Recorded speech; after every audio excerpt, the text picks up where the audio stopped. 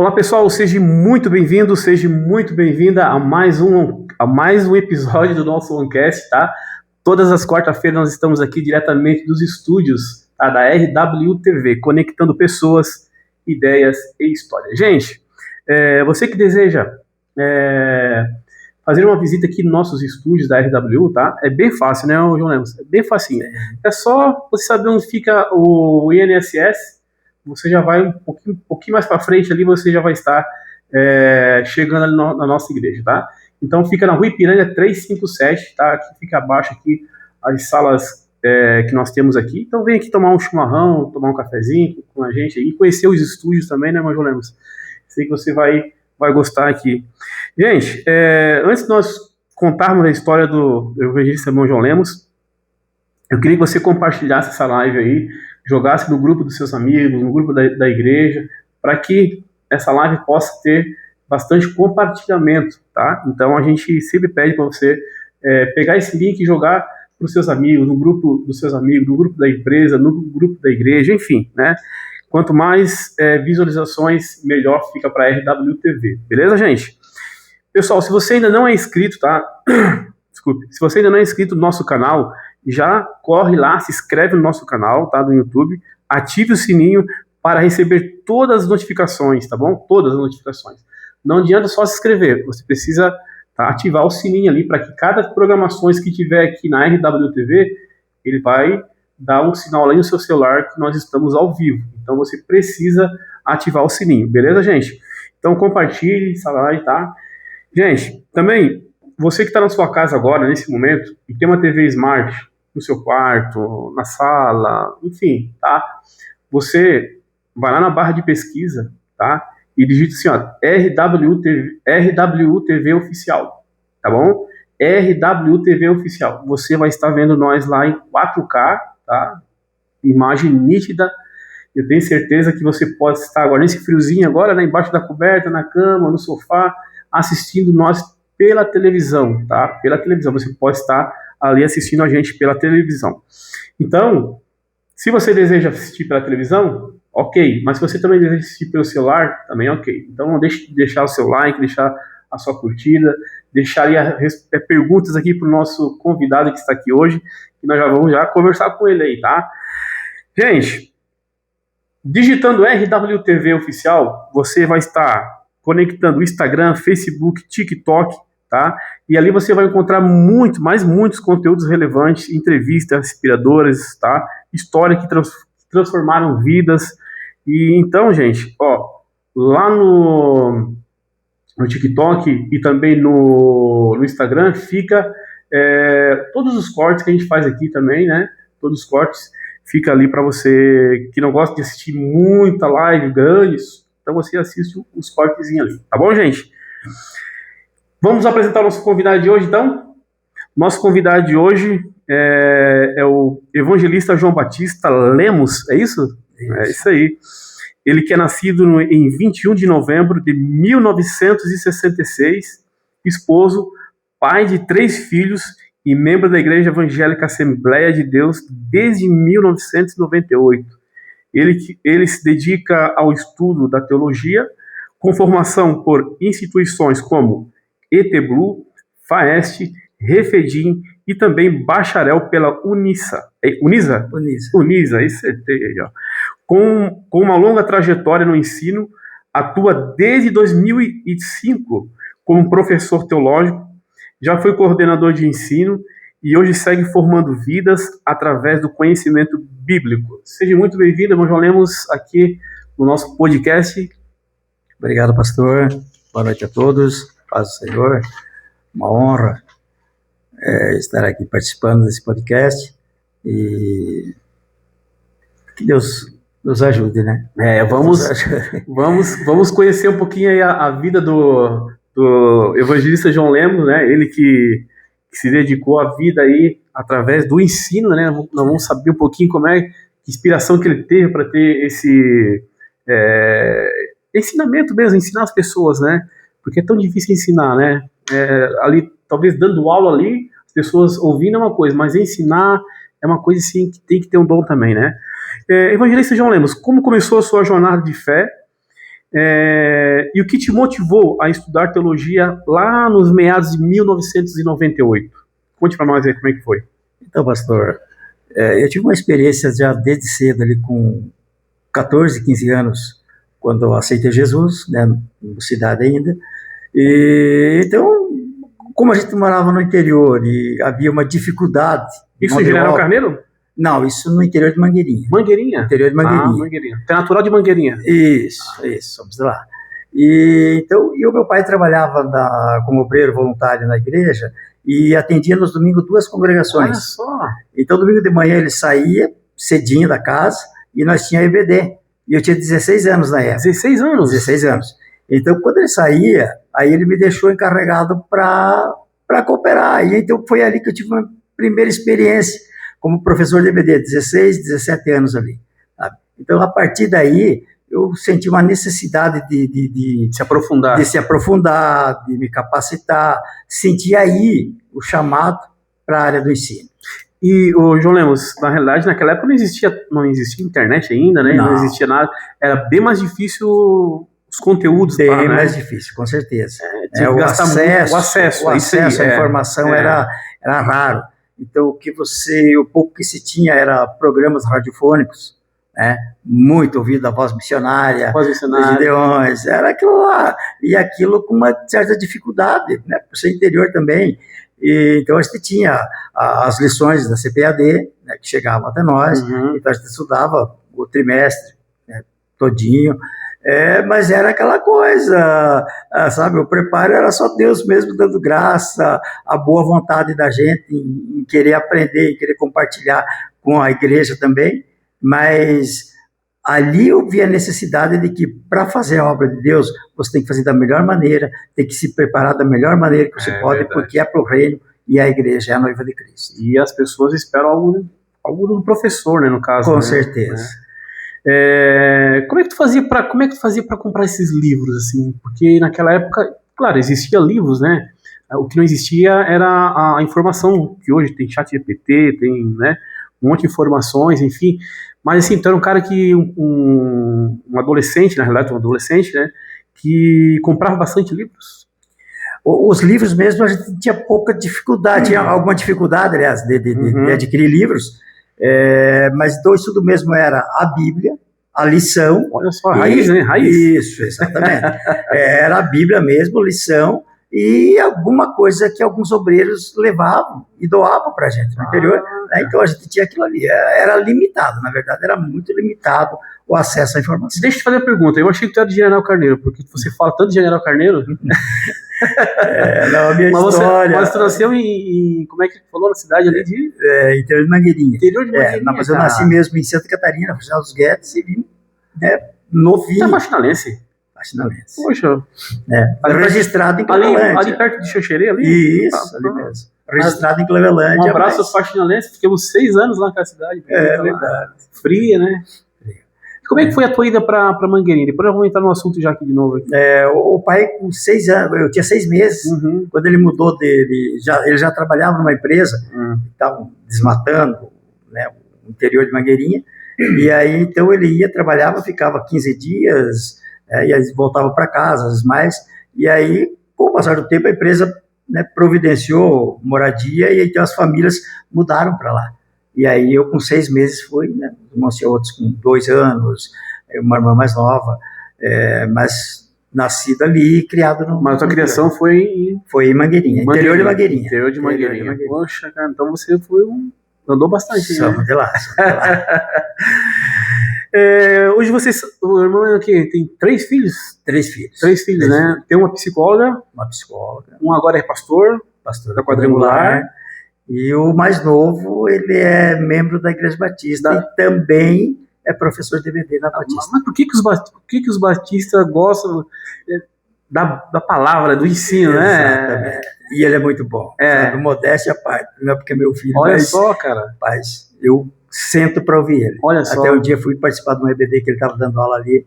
Aqui com o Tiagão ali? Isso. O pastor Tiago, um abraço, pastor Tiago aí. Mas, sabe, muito bom. Deram uma oportunidade. Que legal. sinto o chamado dele. É o chamado. O chamado dele na área do ensino. Então, dois ali puxaram já para a parte, um pastoral e outro para ensino, né? Também.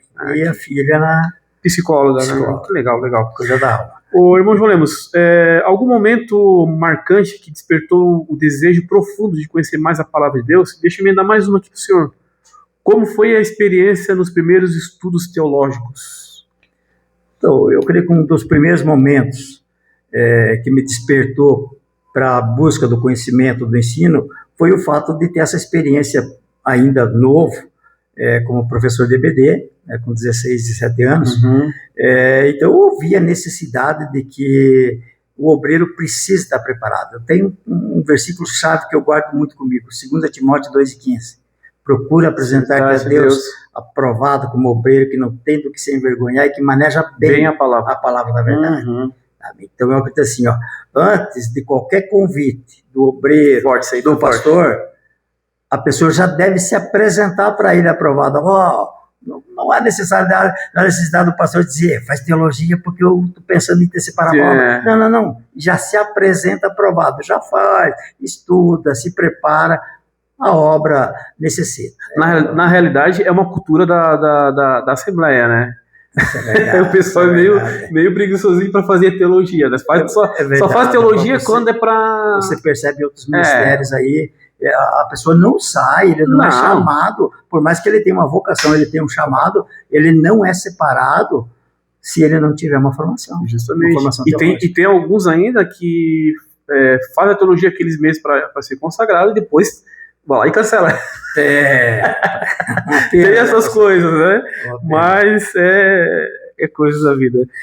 Ô, João Lemos, o que te mudou na sua vida pessoal e espiritual após iniciar essa caminhada do ensino mesmo, né?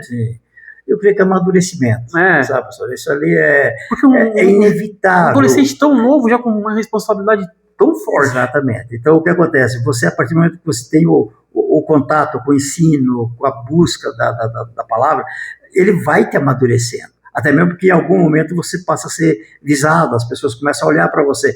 Então, a partir do momento que você sente que está sendo observado, você tende a se cuidar um pouco mais, né? Isso se aplica em todas as áreas, até espiritualmente falando, quanto mais você é visado, mais você tem que saber por onde pisa. E aí, então, eu pensava, eu preciso amadurecer, porque em algum momento eu era exemplo na congregação para adolescentes, crianças e adultos que participavam da EBD, e às vezes chegava a final da aula, eu tenho uma irmã, que era parente nossa ali, e ela... passava tempo e eu ia visitar eles, às vezes lá, ele dizia, nunca esqueçam daquela EBD que você deu, daquela escola dominical que você deu. Rapaz, mas eu era muito novo. Não tem preço isso, né? Não tem preço. Não tem preço. Sabe, as pessoas, aquilo marcou eles de alguma maneira e eles foram, sabe, lá na frente eles diziam, olha, aquele dia que você pregou, que você ensinou, eu não tinha ideia do peso e da responsabilidade. E aí, então, o que eu penso, eu preciso me preparar ainda mais. Porque se isso está impactando pessoas com o que me ouvem, isso tanto pode impactar positiva como negativamente. Então, a necessidade do preparo. Saindo aqui um pouquinho do nosso roteiro, como é que você conheceu sua esposa? Como é que foi? Foi em... como é que é a cidade? Foi Faxinal dos Guedes? Ou foi... Não. Eu conheci ela em Palmas. Em Palmas? Em Palmas. Eu já trabalhava em Palmas. Mas tu também andou pra caramba, né, mano? Andar. Precisava. Você não era pastor, mas andou bastante. Não, eu conheci ela em Palmas. Como é que foi esse encontro aí? Ela também trabalhava em Palmas. Infelizmente, eu estava fora da igreja esse tempo já, sabe? Não estava na igreja. Tu ficou um tempo afastado? Fiquei um tempo afastado. E aí, então, ela foi, de General Carneiro, foi trabalhar em Palmas. E ela trabalhava num outro supermercado, eu trabalhava num supermercado. Olha só. E tinha uma prima minha que trabalhava no mercado que ela trabalhava, e aí ali, sabe, a gente se bateu o olho ali, se exatamente. Conheceram. E como é que foi essa volta para a igreja? Então, demorou um pouco, sabe? Demorou um pouco ali, a gente casou, tivemos os 3 filhos, eu sempre com aquele desejo. Os teus filhos nasceram em que cidade? Nasceram, um nasceu em Mangueirinha, o mais velho, nasceu em Mangueirinha, e 2 nasceram em General Carneiro mesmo. Mas eu sei que ele desejo de voltar, sabe? Eu sempre testemunho, eu li a Bíblia, mesmo não indo na igreja, eu li a Bíblia. E aí uma vez eu deparei com Jó 29, que diz assim, ó, quem me dera ser como fui nos tempos passados, quando a amizade do Senhor estava comigo, na minha tenda, rapaz, e eu via os crentes passavam na frente da minha casa, eu tinha um comércio, eles passavam na frente da minha casa, indo para a igreja, e eu dizia, que vontade de ir para a igreja, mas eu não tinha força. É isso que eu queria te perguntar agora. Todas as pessoas que saíram da igreja, todos falam a mesma coisa, não tem força. É verdade? Sim? É verdade, é verdade. É verdade. Tanto que quando eu voltei para a igreja, eu propus no coração, eu digo, eu vou procurar os desviados, porque eu sei a dificuldade que eles têm. Eles querem vir, mas eles não têm força. Eu, às vezes, me preparava... Mas qual é a força, assim, como é que é assim a... Empecilhos que aparecem. Olha só. Às vezes eu estava pronto, fui lá convidar minha esposa, digo, vamos para a igreja hoje. Sabe, o pai era da igreja, convidava, vamos, digo, não, nós vamos sim. Às vezes estava pronto para ir na igreja, chegava alguém, uma visita inesperada, qualquer coisa acontecia para você não ir, sabe? E eu vendo aquela necessidade, aquilo me entristecia, até que um tempo, então eu tinha um cunhado meu, um General Carneiro, que nós trocava fita cassete de música. Eu comprava fita, então eu ouvia alguns artistas, ele também. Aí eu troquei. E eu não sei se por engano ele comprou pensando que era do Roberto Carlos e era o J Neto. O J Neto. Poxa. Tem uma voz igual a do Roberto Carlos. Igualzinha. Aí eu comecei a ouvir, não devolvi mais para ele, digo, essa aqui, ó, pode pegar qualquer fita minha aqui. Essa eu não te devolvo mais. Rapaz, eu escutava o sino do J Neto e aquilo ali, eu acredito que Deus já começou a trabalhar ali, sabe? E ali foi 2 passos, eu estava na igreja. E como é que foi a tua vinda para General Carneiro? Como é que foi? Pelo fato da minha esposa. Da sua esposa. Exatamente, os familiares eram todos dali, né? Eu só conhecia ela em Palmas, a família. Mas quando chegou em General Carneiro, tu já estava na igreja, então? Não, ainda não. Ainda não? Ainda não, foi ali que eu voltei. Ali foi ali que eu voltei e Deus me ergueu ali. Olha só. Deus me ergueu ali, sabe? Então, tem uma história em General Carneiro. Tem uma história, sabe? Eu amo a igreja do General Carneiro. Ficou aqui quanto tempo ali em General Carneiro? A General Carneiro está desde 90. Rapaz do céu. Desde 90. 1990 ali, sabe? Então, a gente casou, fez algumas mudanças, mas... Tem a casa ali também? Temos casa no General Carneiro, exatamente. Criamos os filhos, formaram, né? Mas ali, tem uma casa até hoje. Poxa, e como é que foi essa vida para a União da Vitória? Ela quis vir por causa dos filhos já moravam aqui, as netas, aí ela dizia, vamos para lá, e o trabalho nosso não exigia que a gente morasse em General Carneiro, pelo fato de a gente viajar constantemente, aí então a gente pesou tudo isso e disse, não faz diferença estar aqui ou em União, aí eu tive que alugar a casa lá e viemos aqui. Então, legal, os filhos estão aqui, bênção de Deus. Apesar que agora está só um aqui, né? Agora outro foi para... Mas tem meio para Caçador. Para Caçador, né? Novo, Caçador. E outro em Cruz Machado. Tem Cruz Machado. E outra está aqui contigo, né? A Jéssica, sim. Voltando aqui nosso assunto, vamos falar agora sobre formação e conhecimento. João Lemos, você possui várias formações, né, diversas formações, né, de instituições. Como cada uma dessas instituições contribuiu para a sua formação? Cada uma delas teve um papel fundamental, né, professor? Até mesmo porque foram diferentes níveis de estudo em cada uma, né? Então, por exemplo, a ET Blue, a gente estudou básico, né? Material. Mas o ET Blue, tu não foi em Blumenau, né? Não. É um núcleo formado aqui em União da Vitória. O núcleo, foi aberto o núcleo aqui, com extensão em General Carneiro. A princípio em Matos Costa. Em Matos Costa. Matos Costa também? Matos Costa. Olha só. Saudade do capitão Roberto, que era o nosso professor. Ele ia daqui dar aula para nós, e aí então o pessoal... que é longe, né? Longinho, tudo chão na época. Não era só? Não, tudo chão. E aí nós íamos de General Carneiro, o pessoal ia com a Kombi, nós ia estudar em Matos Costa, e o pessoal de Calmon vinha em Matos Costa. Então, aquela encostada, né? Reunia ali e ele ia dar aula para aquela turma grande ali. Até que de repente ele conseguiu uma extensão em General Carneiro, daí a gente não precisava mais deslocar para Matos Costa. Mas eu já digo, desde ali a paixão pelo estudo. Como é que é o nome desse professor aí? Capitão Roberto, ele era capitão do exército. Capitão Roberto? Ele era capitão do exército. Então o cara era... ele cansou de ir fardado, sabe? Assim, do trabalho, ele não tinha tempo de ir na casa trocar de roupa, ele ia fardado para aula, sabe? Olha só. Mas ele era apaixonado por teologia também, olha aí. E eu acredito que essa paixão... Eu acredito que sim, ele foi transferido, né? Não sei onde está agora. Mas eu acredito que um pouco da paixão que eu tenho pela teologia é dele, sabe? Porque ele era apaixonado por isso. Livros que ele recomendava, eu comprava todos. O que ele dizia, esse é bom, eu comprava. É que na realidade já esse teu conhecimento do ensino da palavra já vem há bastante tempo. O que nem tu falou no início aqui, né? Aí a gente foi tendo alguns exemplos de pessoas que eram apaixonadas pelo estudo, né? Então a gente foi admirando essas pessoas e tomando gosto. Hoje a gente vê na igreja, o irmão João Lemos, evangelista irmão João Lemos, que muitas pessoas, até os próprios crentes às vezes, né, estão perdidos, né? Não sabem qual o seu chamado, né, verdadeiro dentro da igreja, né? É bem complicado, né? Essa geração agora que está chegando agora, né? Às vezes fica perdido, porque a igreja ela tem uma vasta, né, coisas para te fazer, né? Ou é jovem, ou é adolescente, ou é ser porteiro, é cuidar de carro, enfim. E as pessoas hoje não, sei lá, não é como antigamente que sentia aquele calor que ele sentiu, né? Teu pai já, poxa, meu chamado é esse aqui. Exatamente. Né? É triste essa realidade, pastor, você perceber isso na igreja, porque assim como as empresas têm principalmente aquelas organizacional, que de repente eles contratam um profissional para dar uma palestra vocacional para descobrir a vocação ou do aluno numa escola ou numa empresa. De repente ele está fazendo um trabalho que ele não tem um chamado específico. Está no lugar errado. E na igreja, eu acredito que todo crente ele é chamado para fazer a obra de alguma maneira. Ninguém foi chamado para ficar sentado no banco. Ninguém. Eu sempre repasso isso para os meus alunos de teologia. Ninguém foi chamado para ficar sentado no banco. Dizer, não, eu não quero atrapalhar ninguém. Para servir, né? A gente foi chamado para servir. Então, de alguma maneira, você serve. Né? Se não me falha a memória, é Eugene Peterson, ele tem um livro, ele faz sobre o Evangelho Maltrapilho, e ele diz que todo cristão, ou ele é um missionário ou ele é um impostor. Como é que é? Todo cristão, ou é um missionário ou é um impostor. Olha só. Porque você está na igreja, você faz missão de alguma maneira. Se você não tem aquela habilidade de pegar um folheto, sair para a rua e entregar para alguém, a tua vida é um testemunho.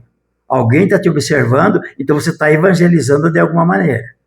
Certo? Então alguém observa você. Né? O Lutero dizia que 1% lê a Bíblia, 99% lê o cristão. Eles leem o cristão, eles leem a nossa vida. Como é que o Lutero falou? 1% somente lê a Bíblia. Lê a Bíblia. 99% lê o cristão. Eles leem a minha vida, a tua vida. Puxa. O pessoal lê isso. Pô, lá vai um crente lá. Exatamente. Então, às vezes, você vai falar de alguém, de Jesus para alguém, às vezes diz, não, mas eu já conheço. Eu tenho o testemunho de uma pessoa, vou te falar bem rapidinho. Certa vez alguém foi evangelizar e ele começou a falar de Jesus para uma pessoa na casa dele. E aí ele dizendo, Jesus é bom, Jesus é isso é aquilo. Ele começou a falar, a pessoa olhou para ele e disse, mas então eu conheço Jesus. Eu conheço esse Jesus que você está falando, ele mora aqui, dá 2 quadras aqui, dá para a direita lá. Daí o missionário parou e disse, não, mas eu acho que está vendo um equívoco aqui. Disse, não, falou de Jesus, o Filho de Deus. Não, mas ele é tudo isso que você falou. Ele é tudo isso, ele é crente, ele mora aqui assim, ó. Aí eu sempre digo para os alunos, eu digo, será que nós podemos dar nosso endereço? Eu disse, olha, Jesus mora lá, naquele endereço. Então, a nossa vida fala, é um testemunho pessoal. Então, aí é a maneira que nós cuidamos, como nos comportamos diante da sociedade, porque eles estão nos observando. A Bíblia fala que nós estamos rodeados de uma grande nuvem de testemunhas. Forte. Ô, irmão João Lemos, o que mais te marcou durante o período acadêmico, né? E qual a importância de estudar teologia de forma estruturada? Uma forma estruturada, né? Sim. Olha, a importância do estudo da teologia e em que isso contribuiu, rapaz, para mim, eu acho que foram as viagens que eu fazia estudando o livro, porque eu mergulhava no livro, sabe? Eu viajava na história. A Bíblia mesmo, quando eu me propus para ler a Bíblia, porque a princípio, quando eu li a primeira vez que eu li a Bíblia, eu não li ela como eu queria estudar a Bíblia, eu não queria ler. Só por ler? Não queria. Eu lia 5, 6 vezes um capítulo. Para te entender. Para me entender. Quando eu não conseguia entender, eu fechava, eu orava a Jesus, eu não entendi isso daqui. Aí eu voltava, ou no dia, ou no outro dia, até que eu entendi. Aí então eu passava para frente. Olha aí. Aí então eu viajava, a história do deserto, eu viajava com o povo no deserto, imaginava aquele povo murmurando, chorava, às vezes com a história, que tristeza, Deus tirou o povo do Egito, aí a nuvem de dia, a coluna de fogo à noite, e o povo lá murmurando, vai, sabe? Então eu viajava. Então, tipo, essas viagens, e aí o estudo, quando eu comecei a entender que fazia parte da hermenêutica, a exegese, você, diante de um texto bíblico, você mergulhar o texto para extrair dali o que o autor estava querendo dizer quando escreveu aquilo,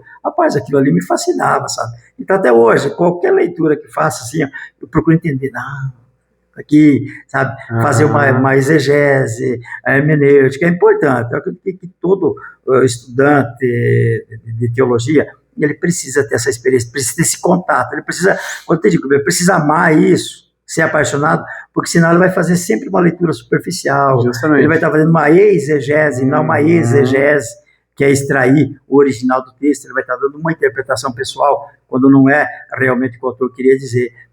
É fundamental isso.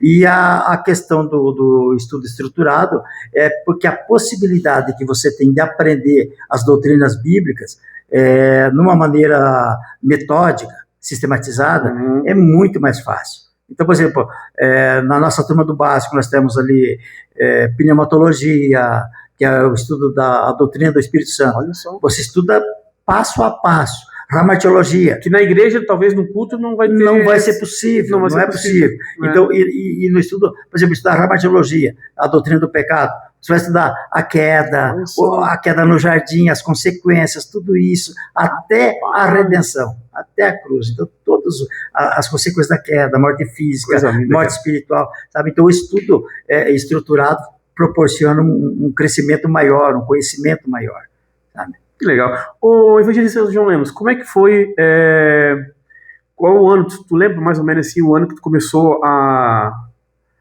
trabalhar mesmo, trabalhar, que eu digo, porque tu gosta disso, né, em salas mesmo, para dar teologia? Qual foi o ano, assim? Olha, eu acho que foi, eu não estou bem lembrado aqui, mas isso aqui 2008, 2009... Tu já começou a teologia. Agora, a EBD não. A EBD, desde que eu vim para a igreja em 98... Foi a teologia. A EBD, desde que eu vim para a igreja em 98, eu já lecionava a EBD. Né? Porque desde 16 anos. Isso. 98? 98. Quando então ali igreja, tu já começou, então, ali... Com a EBD. 98 já tinha acesso a livros, essas coisas, sim, né? Ali já tinha. Aí já começou a se aprofundar, então. Exatamente. Ali aprofundar, já tive... O meu primeiro contato com a teologia como aluno, né, como aluno, que na verdade sou aluno até hoje. Eu sempre digo, eu fico chamando os alunos para aula, quando nós temos o nosso grupo, eu digo, pessoal, não esqueça dessa aula, porque na verdade eu mais aprendo do que ensino, sabe? Quando eu compartilho com ele, ou eu estou revendo alguma coisa que eu aprendi. Está aprendendo. Isso é fato. Isso é fato. Então eu chamo eles e digo, pessoal, não estou aqui para ensinar, eu estou para rever, para aprender também, porque às vezes o comentário deles abre alguma coisa que sinaliza para você, coisa que de repente você estudou, mas passou despercebido. Um comentário de um aluno, sabe? Um momento de debate, alguma coisa. Então eu deixo eles muita vontade para isso. Então eu tive a experiência já em ali. A partir de 2005, eu já cooperava com o pessoal ali já, desde como aluno, e como aluno eu já era chamado para em algumas disciplinas já estar cooperando, lecionando. Até que o pastor Valmiro, né, em General Carneiro, quando ele trouxe a Refidim, aí ele me chamou no lado lá e disse, meu João, eu estou querendo implantar uma turma de teologia aqui, mas eu preciso ouvir do irmão. O irmão assume esse compromisso, diz, analisando os obreiros aqui, diz, o único com condições hoje seria o irmão. Aí eu disse, se o pastor acha que a gente tem condições, tem capacidade, vamos nessa, vamos nessa. E abraçamos aquilo. Tamo junto. Sabe? Tamo junto. E abraçamos aquilo ali, graças a Deus, sabe? Exige muito mais, porque quanto maior é a carga, maior o peso... Exato, mais será cobrado. Eu sempre tive esse entendimento. Quanto mais será dado, mais será cobrado. Então, se foi dado, eu dizia, não, eu não posso decepcionar nem o pastor e nem a Cristo, muito menos a Cristo. Então, como é a igreja, eu dava o meu melhor. Naquela limitação de livros, de Bíblia e de tempo, mas eu dava o meu melhor. Hoje não, a gente não tem desculpa, sabe? Hoje tem acesso a tanta informação. Até demais. Até demais, sabe? Só que tem um problema, professor. Hoje tem um problema porque até pelo excesso de informações, se a gente não filtrar os conteúdos, justamente, o perigo de se repassar heresias. Né? Então hoje tem que ter cuidado. Eu sempre falo para os alunos, cuidado com as fontes. A internet está lotada de gente que... Cuidado com as fontes, exatamente. Então eu sempre digo, eu ainda prefiro o livro físico, sabe? E as fontes, sempre cito, olha, escritores da CPAD, tem outros escritores de outras editoras, né? Sabe? Tem estrutura, né? Exatamente. Olha a ficha do escritor, camarada, né? Sabe? Então tem escritor ali que só por Deus mesmo, né? Agora tem uns não, são edificantes mesmo. Deixa eu fazer uma pergunta para ti, pastor João Lemos. Como é que foi tu montar a Lutron? Como é que foi? E como é que foi esse nome? Escolher Lutron. Vem do que essa Lutron? Boa pergunta. Lutron, o nome, surgiu quando estava no domingo de manhã aqui na sede. Aqui em União? Aqui em União. Sério? Eu estava lecionando uma EBD e nós estávamos sobre resgate, porque Lutron, no grego, significa resgate. Duas referências bíblicas dela, Mateus 20, 28 e Marcos 10 e 45. Lutron significa resgate? Resgate. É o preço que é pago por um escravo que está à venda. Aí, então, o texto bíblico diz, o Filho do Homem não veio para ser servido, mas para servir e dar a sua vida em resgate de muitos. Resgate no grego é Lutron. Já veio na... Aí, o nome Lutron, e perceba que a nossa logo ali é um farol. É um farol. É um farol. Aí, então, tipo, não tem muito a ver o resgate com o farol. Mas pense, o farol em alto mar, o que ele sinaliza? Sinaliza o navio. O navio, o resgate. Alguém que pode estar perdido em alto mar. Em alto mar, se olhar para o farol, ele vê o mar.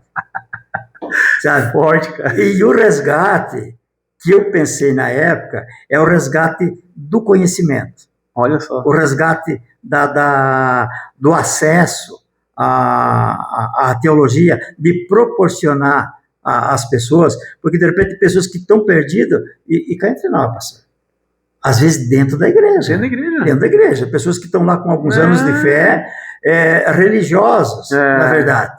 Religiosos. Sem um conhecimento aprofundado, que, como Paulo disse assim, podem ser levados por qualquer vento de doutrina. Se o vento bater para cá, ele leva, se bater... Aí, se bater na tua casa lá, talvez... Exatamente. Sabe? Então, o resgate que eu pensei a princípio é resgatar esse tipo de gente. Mas como é que foi essa tua ideia assim do farol? Porque, mas isso veio. Lutron tudo bem ali, mas... Isso veio. Sabe, mas o que eu pensei foi exatamente... Mas foi um sonho? Como é que foi? Foi na hora? Como é que foi? Não, isso foi debatido. Porque aí o que acontece? Na nossa casa a gente debate muito sobre temas. Sabe? Então a gente senta com os filhos lá, ou tomando chimarrão, ou no almoço de domingo ali. Então a gente puxa qualquer assunto, vira um assunto. Vira um assunto.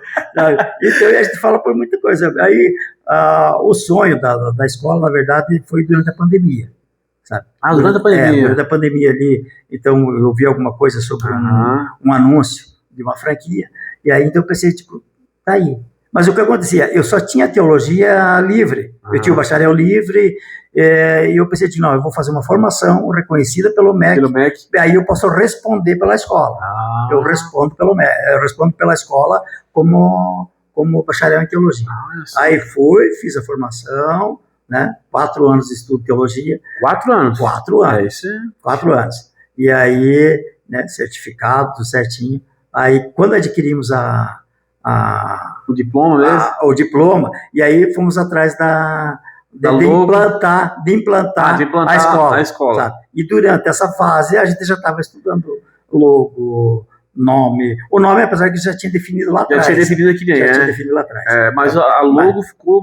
Muito. Mas daí o farol é o resgate da pessoa. É o resgate de alguém que está perdido em alto mar e em busca de conhecimento, e que pode ser levado por uma tempestade de ensinos falsos. Justamente. Porque no mar, se não tiver um farol, fica perdido. Fica perdido. A deriva, né? Então aquilo ali é um resgate. Cara, não, a sacada ali foi muito boa, muito legal, muito bacana, né? E pegou, né? Pegou, né? Graças a Deus. Graças a Deus.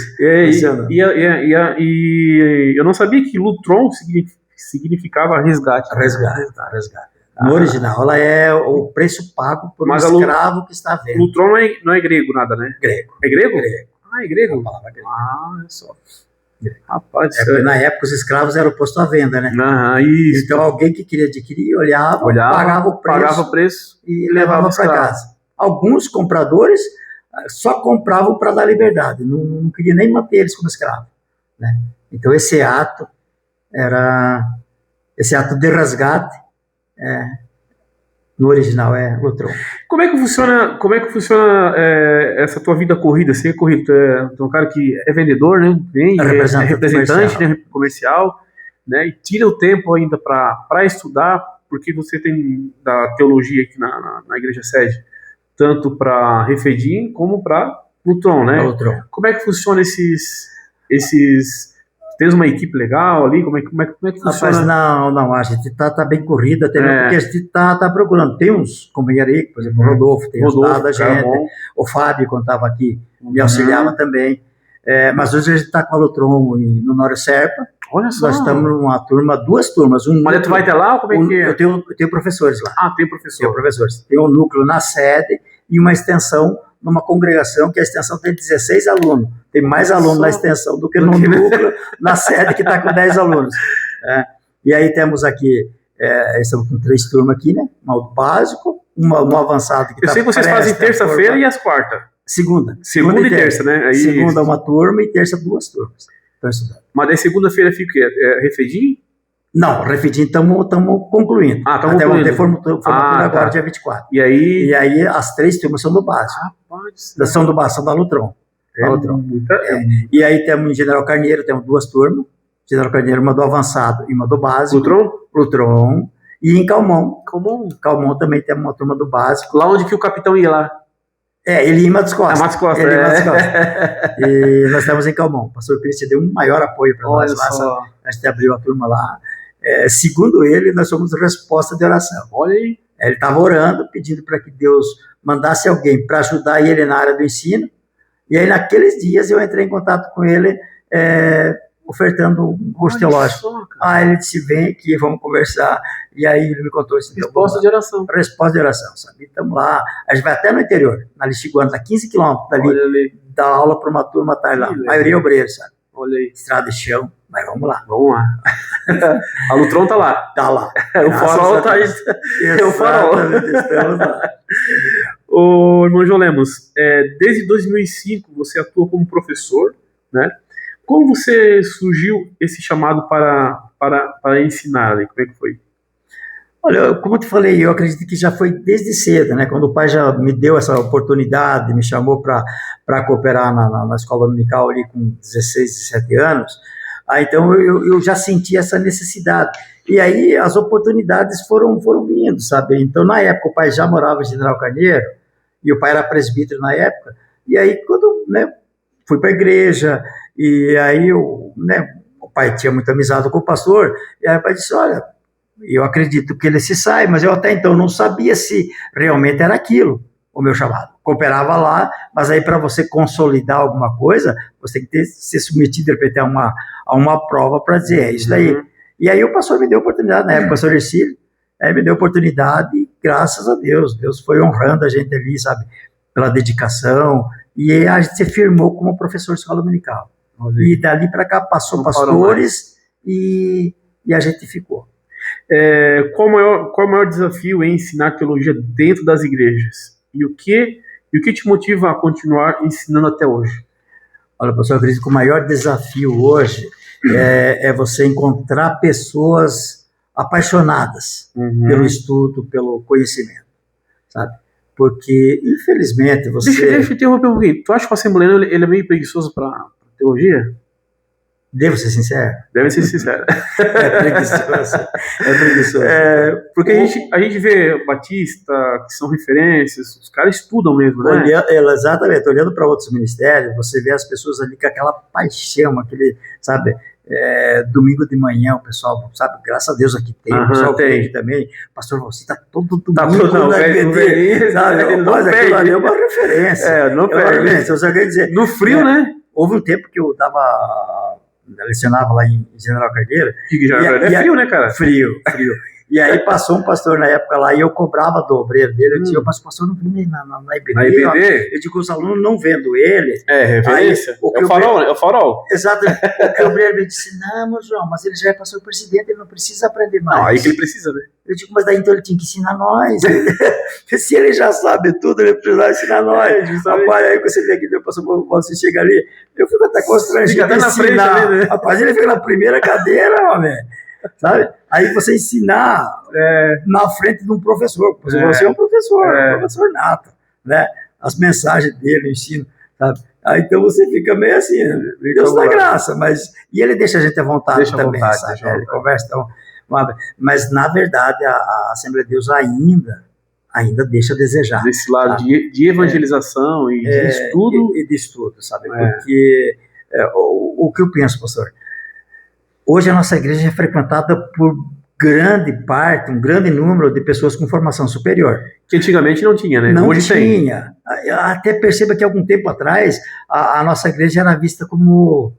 as irmãzinhas da sainha comprida, do coque, sabe? Aquele pessoal simplesinho. Hoje não. Hoje tem um advogado. Exatamente. Nós temos pessoas com uma formação. Então, há uma necessidade das pessoas envolvidas na área do ensino também se apresentarem à altura. Não estou dizendo que ela tem que alcançar esse tipo de gente, mas ele tem que falar uma língua que alcance tanto a pessoa culta como a menos culta. Ele tem que ter uma linguagem que consiga, isso é sabedoria de Deus, sabe? É sabedoria para poder alcançar todos. Essa foi forte. Sabe? Ele precisa, então ele tem que orar, pedir graça, mas ele tem que se preparar. Tem que se preparar. Né? Porque eu não posso ficar lá aparentando uma humildade, uma falsa humildade, falando até meio que atrapalhado para dizer que eu sou simples e sou humilde. Não, eu acredito que nem Deus se agrada disso. Né? Se a palavra é correta... Se é para Deus, tem que ser o melhor, né? Tem que ser o melhor. Tem que ser o melhor. Então, sabe? E aí, de repente, a pessoa vem, se não ouvem aquilo que agrade, né? Ou que toque eles de uma maneira... Claro que essa obra é obra do Espírito Santo, mas o que eu penso, a minha parte eu tenho que fazer.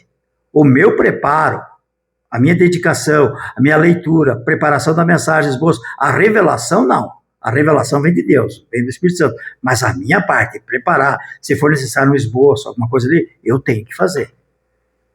Deus pode até não permitir. Eu fui convidado para pregar quinta-feira passada lá no Rio da Areia. Preparei um esboço lá, não falei quase nada do esboço.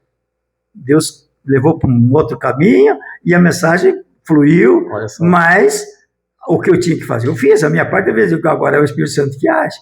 Eu acho que o obreiro se coloca nas mãos de Deus dessa maneira. Mas eu acho que o mais difícil, evangelista João Lemos, é tu pegar essas vertentes, né? Porque como tu falou, como tu acabaste de falar agora, né? Antigamente, eu sou crescido debaixo de banco, enfim, na Assembleia de Deus, eu acompanhei muito a minha avó, né? Quando eu passava as férias na casa dela, em Maruí. Então, assim, era aquela linguagem simples, humilde, mas o pessoal ali tá, ok. Mas hoje não. Hoje nós temos aqui na igreja, nós temos advogados, nós temos psicólogos, temos pessoal, temos médicos que vem aqui na igreja. Sim. E assim, a gente precisa, como tu falou ali, ter uma abordagem, tanto para aquela irmãzinha que não entende, como para o irmão que tem um conhecimento a mais. É porque o evangelho, né? Ele deve alcançar todos. A todos. Ele não é restrito ao mais simples, àquele que não teve acesso à informação, não. O evangelho ele alcança todos. Mas isso vai do interesse do pregador que está ali no púlpito e ele se capacitar. Exatamente. Estudar a palavra. Exatamente. Né? Porque, assim, como é que um pregador vai pregar a palavra? Ele tem que escrever o início, o meio fim. E o fim. Na hermenêutica, nós temos uma regra básica. Leitura, aplicação, interpretação e aplicação. Dentro da hermenêutica. Você lê o texto, você interpreta o texto e você aplica o texto. Olha aí. Básico. É o básico. Sabe? Eu não sei como que Isso tudo aprende na teologia. Olha só. Na teologia. Na hermenêutica é uma matéria de teologia, onde é o básico. Eu acredito que qualquer pessoa que se propõe a pregar hoje, ele tem que ter um mínimo conhecimento da hermenêutica. O mínimo, sabe? Porque senão você chega lá, você engolido, né? aplica passagens bíblicas que não tem nada a ver. Que não tem nada a ver. Sabe?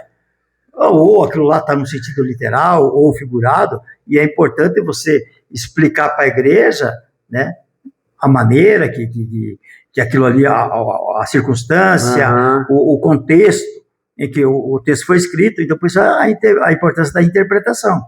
Né? Como eu falei, a revelação não, a revelação quem dá é o Espírito Santo. Né? Agora, o que tiver ao meu alcance para mim trabalhar, eu sou uma ferramenta, eu só sou uma ferramenta, mas para que essa ferramenta possa trabalhar, eu tenho que permitir que seja afiada, que seja preparada. Tem tudo um preparo, né? Tem todo um preparo, exatamente. Tem alguma história assim de algum obreiro assim que tava no púlpito ali, ele falou alguma coisa... Rapaz, tem. Aí tu ficou se coçando assim, poxa, meu irmão. Chamar Jesus de Genésio. Tem algumas histórias assim, não? Tem. Já ouvi mensagens assim, do pregador viajou mesmo. Saiu do contexto. Do contexto, né? E fez uma interpretação totalmente equivocada, sabe? E aí o obreiro, estava sentado do lado, né? O obreiro disse, isso aí, meu João, é isso aí. E eles ainda queriam que Jesus fosse presidente deles lá ainda, sabe? Eu digo, rapaz, me assustei pelo equívoco do pregador em ter saído do contexto, e o outro lá, é isso mesmo. Aí fazer o quê? São coisas que acontecem, né? Acontece. E muitas, às vezes, né? Sim. Então, por isso que eu sempre falo para os alunos, porque a teologia, de repente, o pessoal muitos são equivocados assim, alguns pensam que você estudar teologia é você confrontar o teu pastor, se o teu pastor pregou alguma coisa que não foi contextualizada. Não é isso. O que eu digo para eles, vocês têm que estudar e aprender para vocês não cometerem os erros que vocês veem e ouvem pessoas que cometem. Agora, você não vai sair daqui e confrontar o teu pastor, o teu obreiro lá e dizer, pastor, essa mensagem aqui, eu estudei lá em teologia. Não é esse o objetivo. Se alguém levar a teologia para esse campo, para esse lado aí, está totalmente enganado, perdeu o foco da teologia do estudo. Né? Porque não é esse o objetivo. Porque a Bíblia fala que nos últimos dias viriam falsos profetas, e até bom por isso, né, para a pessoa... Exatamente. Né? E o objetivo é esse, pastor, é você identificar. Justamente. A teologia vai permitir que você identifique esses ensinos falsos, heréticos, né? Porque, de repente, hoje nós estamos estudando até na turma nova que iniciou, estamos estudando heresiologia, mas é importante você entender que não é só das religiões que não professam a nossa fé que você vê heresias. O mais triste é quando heresias estão infiltradas dentro da nossa igreja. Porque uma heresia, na verdade, é uma distorção da palavra de Deus. É você pegar um texto bíblico... E a Bíblia fala, daquele que tirar um tio... Exatamente, exatamente. Porque aí há pouco tempo ali, Caio Fábio, Xuxa, até o Papa estavam querendo reescrever a Bíblia porque diz que ela está ultrapassada. E o Caio Fábio, antigamente, era Rapaz, ele foi referência para muita gente. Né? Então, eu digo, sabe o que acontece? Eu vejo assim, tem passagens na Bíblia que confrontam o meu pecado. E aí, para mim não pregar essa passagem, mas está na Bíblia, eu vou ter que isolar ela. Né? Então, o que acontece? Se eu pudesse reescrever, seria melhor. Então, eu acredito que o objetivo dessas pessoas é só porque eles encontraram passagens que confrontam o pecado, e aí então eles não podem pregar, arrancar aquela folha não dá, então vamos reescrever. Mas assim, a única coisa que confronta o homem é a palavra. Né? A palavra. Ela te coloca na parede. E ela é tão atual, ela é tão atual quanto no tempo que foi escrito. Justamente. Quando foi dado. Tão atual.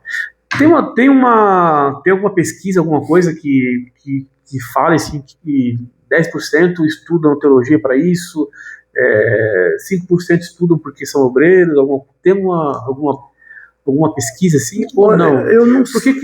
Porque assim, eu falo assim porque eu sou assembleiano, né, enfim, e que nem a gente conversando no outro bloco, né, que muitas vezes o obreiro tem a separação de obreiros, né, e daí, vai lá, senão não vai passar. Aí terminou. Então, assim, o que eu queria saber de ti é assim, 10% das pessoas que estudam é para, vamos dizer, para não se perder no caminho, né? Porque a Bíblia fala, escondi a tua palavra no meu coração para não pegar contra ti, né? E vamos botar em 5% obreiros que querem se capacitar e tal. Como é que funciona isso, assim? Olha, eu não sei precisar assim uma percentagem correta, mas o que eu percebo é que realmente muitos obreiros que já estão iniciando a obra procuram para fazer teologia quando há a possibilidade de uma separação. De repente o pastor local dele disse, olha, como é que está lá? É uma exigência da convenção, precisa que tenha o básico. Aí então ele vem, dá o nome, fica aí de repente a gente dá uma declaração, até porque já está nos dias da separação ali, sabe? Aí ele não vem mais, sabe? Não vem mais. Pode na escola. O problema até quando não paga nem o livro ainda, sabe? Aí é mais doído. Sabe? Mas o que tem me alegrado hoje, pastor, é que a procura pela teologia de mulheres. Pois é. Mulheres. O que eu mais vejo ali... Exatamente. Essa turma que iniciou agora, nós estamos com 8 mulheres e 6 homens. Sabe? Então, quer dizer, elas sabem que na Assembleia elas não vão ser ordenadas a nada, porque não tem... Né? Não tem bispo, não tem... Exatamente, não tem uma ordenação específica para mulheres. Mas elas estão ali dispostas a conhecer. Porque isso aí, o que acontece? É lá na tua casa, no teu trabalho, o que você aprender, não é que você tenha que aprender para pregar no púlpito. Né? Você vai usar isso como defesa da tua fé na tua casa, cuidar dos teus filhos, da família, qualquer ensino contrário, dizer, não, é assim. É lá no trabalho, é lá no colégio. Tá? Então, dou graças a Deus pela procura das mulheres que tem, e em todos os lugares, lá no Noro Serpa, tem mulheres, até tem mais mulheres do que homens, numa turma lá. Sabe? Então, eu louvo a Deus por isso, porque... quebrou aquele tabu de dizer que os homens que na verdade é uma porcentagem muito baixa daqueles que procuram, que sentem um chamado e que vão até o fim. Então, dou graças a Deus por alguns obreiros aqui que começaram o básico, terminaram e já insistiram. Como o João conta que começou o médio. Qual começou o médio? Aí eles me apressaram mais, eu tinha que começar mais por causa deles, sabe? Aí tu vê que tá no caminho certo. Exatamente. Então você vê, não perde uma aula, tá malíssimo. Chove, tá animado mesmo. Mas é uma porcentagem muito baixa. É baixa, né? Muito baixa. E considerando o campo, pastor, né, o nosso campo aqui, é grande, o né? tamanho, então nós temos um número muito pequeno de estudantes de teologia. De obreiros também, né? De obreiros. Principalmente, né, porque eu que disse assim, o obreiro deve ser a primeira pessoa. Ele não precisava nem o pastor dele dizer, você precisa fazer. Ele tinha que já sentir essa necessidade de dizer, eu vou procurar porque eu preciso me apresentar. A fala de Timóteo lá, 2 Timóteo 2,15, procura apresentar desaprovado. Não, se eu tenho um chamado para cooperar, eu já vou utilizar as ferramentas que eu preciso. Eu já vou começar a afiar as ferramentas. Você já pensou, né? Vamos aqui, estamos ali no púlpito, o pastor chega, vai trazer a palavra domingo à noite aí. Rapaz, você facilita. Aí onde tu falou, procura ser um obreiro aprovado, né? Que conheça bem, maneje bem a palavra. Preparado. Tem que estar preparado. Entendeu? Porque pode acontecer. Claro que né? pode. Pastor, hoje eu vou pregar, hoje eu vou chamar o pastor Ismael, ou o pastor João Lemos, né? E tem que ir. Não, a igreja vai ficar ali. Você pode até ser pego de surpresa, né? Mas não sem uma palavra. Mas não sem uma palavra. Porque assim, o obreiro ele tem que ter uma palavra, ele tem que ter você diz, uma bala na agulha. Ele tem que ter. Ele tem que ter um estudinho ali. Ele tem que ter, exatamente. O pastor chamou ou com uma palavra, ou com uma mensagem, irmão. Hoje não vou pregar a mensagem. Ele pode até de repente ser, né? Não, mas ele tem. Eu tenho uma palavra assim. Né? Eu acho que todo obreiro tem que ter. Ô, pastor, assim, a teologia e o ensino da palavra na Assembleia, né, é novo, né, na realidade, né? Porque Refedim, né, vamos dizer, uns 20 anos, tá aí mais ou menos isso, né? Mas como nós temos, antigamente, nós tínhamos muitas, como tu falou, eram as lições bíblicas, a escola bíblica dominical, né? Que a gente aprendia mais a palavra ali, né? Exatamente. Né? Hoje não, hoje nós temos curso teológico, básico, médio, bacharel, né? Então a gente vê que está crescendo esse campo, né? Está crescendo, a raiz está entrando na terra, e eu acredito que que o pessoal vai ser tocado por estudo, né? Da palavra de Deus. É uma necessidade. É uma necessidade. É uma necessidade. Então, tipo, esse pouco tempo que a gente percebeu aí que eles estão divulgando e insistindo, abrindo turmas ali, né, 20 anos, um pouco mais, mas na verdade a Assembleia de Deus ela é uma referência no ensino. Você vê alguns institutos, tipo o IBAD, né, lá de Pindamonhangaba, Instituto Brasileiro da Assembleia de Deus, IBADEP, tinha uma escola até o tempo que meu filho era pequeno, eu pensava que eu queria ter condições, eu queria mandar ele estudar lá para Percifontoura, em Guaíra. Pastor Percifontoura também foi referência, sabe, no tempo ali. Eu digo, vou mandar estudar, é tipo uma escola adventista. Ele tinha a escola dele, formava no secular legal, e na teologia, sabe? Então, mas não deu, a gente não pôde, mas aí a Assembleia de Deus hoje tem aí de um tempo para cá, e eu acredito que até vendo a necessidade, as igrejas que cresceram, igrejas neopentecostais que cresceram, e muitas com uma teologia própria, depois de uma teologia da prosperidade, dessa coisa da igreja neopentecostal. Aí de repente a igreja Assembleia de Deus começou a perder campo, porque pessoas começaram a ver um ensino diferenciado que atraía pessoas tanto pela pregação da palavra como pela facilidade, né? Sim. Tipo aquela barganha ali, que eu digo que é uma barganha, justamente. Aquilo, né? Mas então, tipo, se eu entendo que caminhamos para o céu e não devemos mostrar uma vida fácil, mas que a recompensa é eterna, eu tenho que mostrar para as pessoas que vale a pena caminhar por esse caminho. Vale a pena caminhar por esse caminho. Mas só que é mostrar a realidade. Precisamos mostrar a realidade. E a Assembleia de Deus viu essa necessidade hoje, e graças a Deus por essas escolas que estão aí há algum tempo, né? Eu louvo a Deus pelo pastor Valci me dar essa oportunidade de difundir a Lutron aí, e graças a Deus. O pastor Valci é um parceiro muito... Como diz o Rodolfo, né? Só não trabalha quem não quer com o pastor Valci. É verdade. Porque ele dá muita liberdade, né? Dá muita liberdade.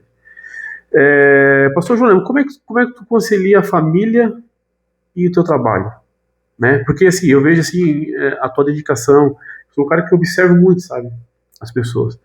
Eu vejo que tu chega cedo, tu liga o teu data showzinho ali e tal, né? Já vai arrumando as coisas. Porque o líder é o primeiro a chegar, o último a sair, né? O líder, a liderança, né? Então eu vejo essa dedicação muito forte de ti, assim, sabe? De chegar ali e ser o primeiro. Pô, pastor Ismael, deixa essa salinha aberta lá pra mim e tal, né? Exato. Deixar tudo organizadinho e tal. Essa responsabilidade. Como é que tu concilia essa parte? Família, igreja e a teologia, né? No caso, né? Não, você tem que ter sabedoria, né, para dividir o tempo. Até nós estamos estudando um assunto muito importante na CBD, sobre tempo e finanças. E a questão de você tempo e finanças. Caraca, você pode. Muito bom. Pensa num conteúdo bom mesmo. É o assunto do nosso trimestre da IBD aqui. Então, remir o tempo, que a Bíblia fala sobre remir o tempo, poucos dias são maus, no original é você comprar o tempo. Mas você não compra o tempo, então você administra o tempo. Então você tem que saber administrar o tempo que você pode ficar na casa, o tempo que você tem com a família, o tempo que você tem que ter de leitura da Bíblia, o tempo que você ora, aí o tempo da igreja, eu tenho que sair antes. Se 7h30 está marcado o início das aulas, 7 horas no máximo eu saio de casa, eu já venho aqui, instalar o projetor, de repente, sabe, garantir que não faltou nenhuma peça aqui, um componente para, sabe, ligar, sabe, ou limpar o quadro, alguma coisa ali, garante isso. A outra turma também está aqui, eu preciso garantir que eles vão chegar. Já vão estar ali tudo certinho. Então precisa. A IBD, mesma coisa. Começa 9 horas, a gente é daquele tempo que chegava um pouco antes para orar, sabe? Então você já chega um pouquinho antes ali, sabe? Isso daí E é o que Deus abençoa você, sabe? Deus honra você quando você tem esse compromisso com o rei. Mas esse teu tema aí que tu falou, tempo e finanças. Tempo e finanças. Cara, nós estamos aprendendo ali sobre administrar o tempo. Tu podia falar um pouquinho sobre isso? Muito bom. Sabe, nós tivemos 3 aulas até agora. Eu dei a primeira, o Rodolfo deu a segunda, e aí ele viajou e chamou para dar a terceira. Mais ou menos, assim, é sobre você ter sabedoria para administrar, para remir. Por exemplo, você desperdiça um tempo, nós estamos domingo agora, sobre você desperdiçar tempo, que isso não só é um tempo perdido, como pode causar prejuízo. Por dizer, não, eu perdi tempo ficando no celular. Ou jogando tigrinho. Ou um joguinho lá. Né? Eu fiquei lá, mas você não só perdeu tempo, às vezes aquilo ali causou danos. Causou danos. Quantas pessoas perderam família por causa do tigrinho? Exatamente. Né? Então é essa questão. É muito bom. O assunto é muito bom. O assunto de domingo ali foi Abre a mente, muito bom. Muito bom. Abre a mente. Sabe? Então você remir o tempo, que é você, no original, é você comprar o tempo, é você administrar com sabedoria. Com sabedoria. Você saber administrar. O tempo, não lembro se 84.600 minutos, segundos para cada um é dado. O que eu faço com o meu tempo é um problema meu. O que você faz com o teu tempo, mas é dado para nós 24 horas. Olha só, 24 horas. 24 para cada um. E ali tem que administrar. E como que você gasta esse tempo aí, né? E é por isso que a teologia está aí para ensinar isso aí. Ensinar, exatamente. Né? Porque às vezes, como eu falei no início, num culto, né, tem toda a liturgia, né?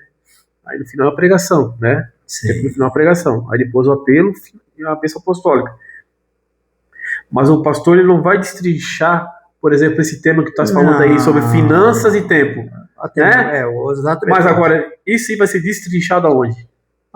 Na teologia. Ou na IBD. Ou na IBD, porque aí é o estudo sistemático. Entendeu? Sabe, a IBD também é um estudo sistemático. Trata um tema por 3 meses. Né? Então ali você aprofunda. Uma pena que a frequência nossa da IBD é tão reduzida, mas é assuntos relevantes. Relevantes. A teologia, claro, ela estuda um pouco mais de profundidade, né? Então, quando ela pega uma doutrina bíblica, como te falei ali, a ramatologia, que é a doutrina do pecado, a doutrina de salvação, a soteriologia, ela estuda aprofundado, sabe? Cada doutrina com profundidade. Então, o aluno ele tem que saber as causas do pecado, consequências do pecado, sabe? Gravidade, o que isso afetou, a queda do homem ali. A queda do homem, se isso afetou só o corpo, se afetou o espírito, se afetou a alma, o que causou a queda, sabe? Então é um estudo com profundidade. Porque muita gente na igreja conhece o básico, né? Sim. O básico ali, né? Mas a profundidade ela é à medida que você avança. Que tu avança. Exato. É porque ele já diz básico. Você só tem o básico. Só o básico. Né? Então, à medida que você avança, o homem comeu ali e tal, foi expulso, tá, beleza. Exato, e depois aquele ali. Né? Aí, à medida que você avança no médio e no avançado, rapaz, os assuntos são mais profundos. Aí troca mais. Aí não. Até ontem nós tínhamos a turma com o Rodolfo está lecionando, e aí ele viajou e ele não pôde estar presencial. Aí ele colocou uma enquetezinha no grupo lá e disse: pessoal, o que vocês preferem? Fazer um trabalho? Eu até sugeri para ele. Eu digo: se não vai estar aqui, pede um trabalho pessoal, e daí eles fazem o trabalho, no próximo encontro eles entregam o trabalho. Aí ele colocou uma enquetezinha lá: pessoal, vocês preferem o trabalho ou não é repor aula?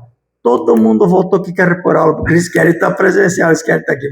Muito bom isso, gostei muito daquilo. E isso só alegra o coração, o teu coração. Com certeza. E tu tem a certeza que tu está no caminho certo. Com certeza. Né? Porque daí essa alegria de você saber que o pessoal está sendo edificado pela palavra. Nem todos entendem. Muitas vezes tu pensa assim, poxa, tu volta assim ao tempo, assim, poxa, lá quando tinha 16 anos lá, tal. Tu pensa muito nisso assim, às vezes assim. Penso, não. Porque lá foi onde tudo começou, né? Sim. Voltar. Eu gosto muito eu faço questão de não esquecer das raízes. Momentos de raízes, sabe? Tem situações na vida que eu passei aqui, até falei no Não Sei Quantos Homens ali, que eu faço questão de lembrar a família, porque nós não esquecer.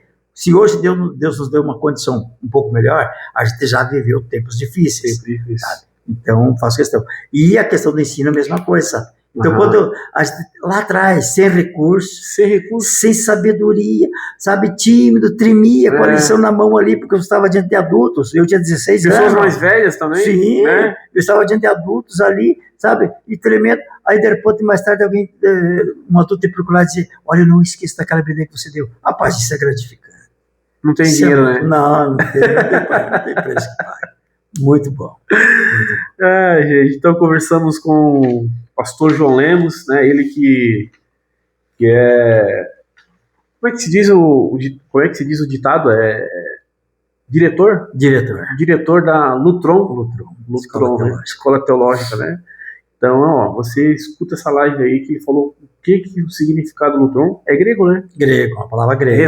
Resgate. Isso aí. Ele que, desde 1966, né? Ele já está aí... desde 1998, né? Exato. Está na Igreja Assembleia de Deus, dedica ao estudo da teologia, né? Fez a ITBLU, FAES, Refedim, e também fez o bacharel pela Unisa, né? Nessa Unisa que tu ganhou o certificado para montar o reconhecimento pelo MEC. Reconhecimento pelo MEC, né? Essa formação, né? É reconhecida pelo MEC. E com uma longa trajetória no ensino, né? Desde 2005, né? Como professor teológico, já foi coordenador de ensino, né? E hoje segue formando pessoas, formando vidas. E não tem coisa melhor, né? Tu ensinar as pessoas pro caminho certo, né? Não tem, né? É um chamado. É um chamado. Nem todos entendem. Eu acredito que muitos admiram. Muitos até admiram, mas nem todos suportam. Porque é uma carga, na verdade.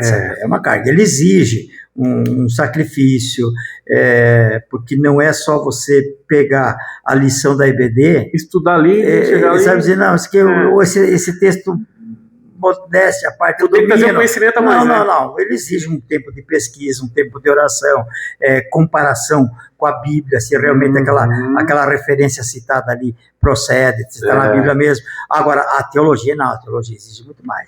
A teologia eu faço questão. Dá água no pescoço. Não, a teologia é um nível, mas eu faço questão, sabe, de meus alunos. Eu sempre digo para eles, o que vai me frustrar é se um dia eu souber que alguém de vocês subiu no púlpito e falou qualquer coisa que não seja o que aprendeu dentro de uma sala de aula. Porque hoje, se você vê qualquer obreiro, eu não julgo tanto o obreiro que comete um equívoco, um erro por não ter estudado. Eu fico pensando, quem que foi o pastor, quem que foi o professor de teologia desse cara? Eu fico pensando, então, gente, eles não vão julgar vocês, eles vão dizer, mas quem que deu teologia para eles? Eles vão julgar quem que é o professor, né? Exatamente. Então, se hoje uma igreja não é muito reconhecida pelo ensino, de repente vão dizer, mas quem que é o professor? Quem são os professores de EBD que a igreja não se edifica? Justamente. Então tem que ter pessoas preparadas. Mas nessa área de ensino, são poucos na igreja, né? Poucos. É uma agulha no palheiro, né? É uma agulha no palheiro. Isso aí é uma raridade. É uma raridade. Rapaz, aqui o Fábio me ajudou, sabe? O Fábio hoje foi embora, Batista, né? Tá o em Pissarra, né? Isso. Levava ele lá para General Carneiro, sabe? Nós estávamos 2 turmas ali, sabe? Muito pronto, dinâmico. Inteligente, né? Inteligente. Né? Uma pena que, de repente, né, a circunstância aí teve que sair, mas é uma dificuldade encontrar mão de obra. Mão de obra, sabe? Porque eu até que encontrei alguns. Aqui, em alguns lugares onde a gente tem um núcleo, mas daí o que acontece? Por exemplo, eu vou falar de General Carneiro, da minha cidade. Qual cidade lá? Como minha cidade. Até tem, mas o que acontece? A minha preocupação é tão grande pelo que vai ser passado o conteúdo, que na dúvida não é que eu quero dizer, não, é só ele que está dando, não. Sabe? Eu posso chamar qualquer um, sabe? Mas são poucas pessoas que eu digo, não, eu posso nem estar na sala. Por exemplo, se eu chamar o pastor Valci para dar uma matéria aqui, ele já se prontificou. Pois eu posso viajar, eu viajo sempre, eu posso viajar porque eu sei que ele vai dar. Mas alguns não dá, sabe? Infelizmente. Mas é o chamado ou a necessidade? Tu acha que a pessoa tem um chamado de dar a aula ou é por uma obrigação, vamos dizer, né? Eu vou lá porque... Eu acredito que alguns até fazem, até entendem que tem um chamado, mas por não se dispor a se preparar, eles fazem a coisa meio que o que a Bíblia condena, aquele que faz a obra do Senhor relaxadamente. Então não, ou você faz, então faz bem feito. Então voltamos lá ao que a gente conversou lá, né? Que hoje na igreja nós temos, né, a irmãzinha, temos o... Exatamente. Temos o advogado, então... Exatamente. E você tem que falar a língua que alcance a todos. A todos. Você tem que falar de uma maneira que alcance a todos. Que abrange a todos. Tá? Então nós temos na IBD, tem advogado que frequenta a IBD. Tem os irmãos simples que frequentam, tem, mas eu tenho que falar que aquele irmão que não teve a oportunidade de estudar entenda, e eu tenho que falar da maneira que o advogado entende. Poxa vida. Eu preciso. Eu Então, não posso falar só para um, porque só tem um advogado. Que vem lá, sabe? Eu não posso falar só para ele. Eu queria que tu falasse um pouquinho, até não tá no script aqui, mas é uma coisa que eu queria aprender, é o quê? Sobre, como é que é? Hermenêutica. E tem outra também. E exegese. Isso aí. Tu fala um pouquinho dessas duas aí. Na teologia são umas matérias importantíssimas, são fundamentais. Sobre Na verdade, que fala sobre? A hermenêutica é a arte da interpretação. E você saber falar o público? Não. Aquilo é homilética. Homilética. Homilética é a oratória. Sabe? É a arte da pregação. Homilética é a arte da pregação, ou a ciência da pregação. Então, é como você se comporta do público, como você interage. A Bia que estava me... Exatamente. Era muito... Exatamente. Aqui nos bastidores. Como você se posiciona, né, no microfone na mão, gesticula, não demonstrar nervosismo, sabe? Tem algumas técnicas dentro da homilética para te ensinar você a se comportar. Isso é passado? Sim, na homilética, sim. Legal, e tem uma matéria homilética também tem, sabe? Desde a roupa do pregador, sabe? Olha aí. Não usar aquelas cores berrantes lá, que de repente o pessoal não ouve tanto o que você fala, como vê tanto tua roupa. Justamente. Sabe? Então é ensinar tudo isso. Tudo isso é explicado. É explicado. Esmiuçado, no caso. Agora, a hermenêutica é a ciência da interpretação. Então é fundamental. Como nós entendemos, todo crente que lê a Bíblia, se ele vai pregar, ele interpreta. Ele só fala porque ele interpretou. Então, tipo, você leu qualquer texto bíblico, explica para nós. Essa explicação que você está dando é hermenêutica. É hermenêutica. Então, quando eu falei a regrinha básica da hermenêutica, leitura, interpretação e aplicação. As três? Três. É a regrinha básica. Depois ela vem com mais profundidade, que depois você faz aquelas perguntas. Como, onde, quando, por quê, sabe? Aí você conversa com o texto. Você lê um versículo e diz, como? Como que isso aqui está escrito? Mas como que o homem comeu maçã lá por quê? E tal? Por quê? Você pergunta por quê? Aí você lê o texto, não. Por quê? Foi direcionado para alguém. Quando? Onde? Para quem? Sabe? Então são perguntas.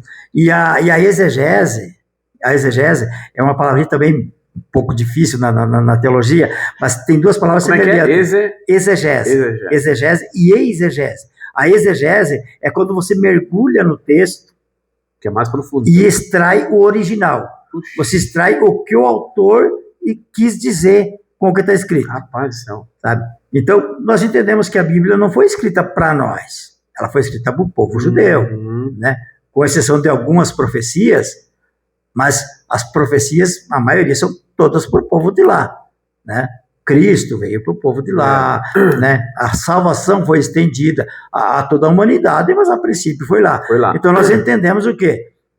Os escritores escreveram para o povo da época. Então você tem que entender o contexto histórico, o contexto literário, né? As palavras, fazer a junção das palavras, porque é juntando palavra por palavra que se forma o versículo.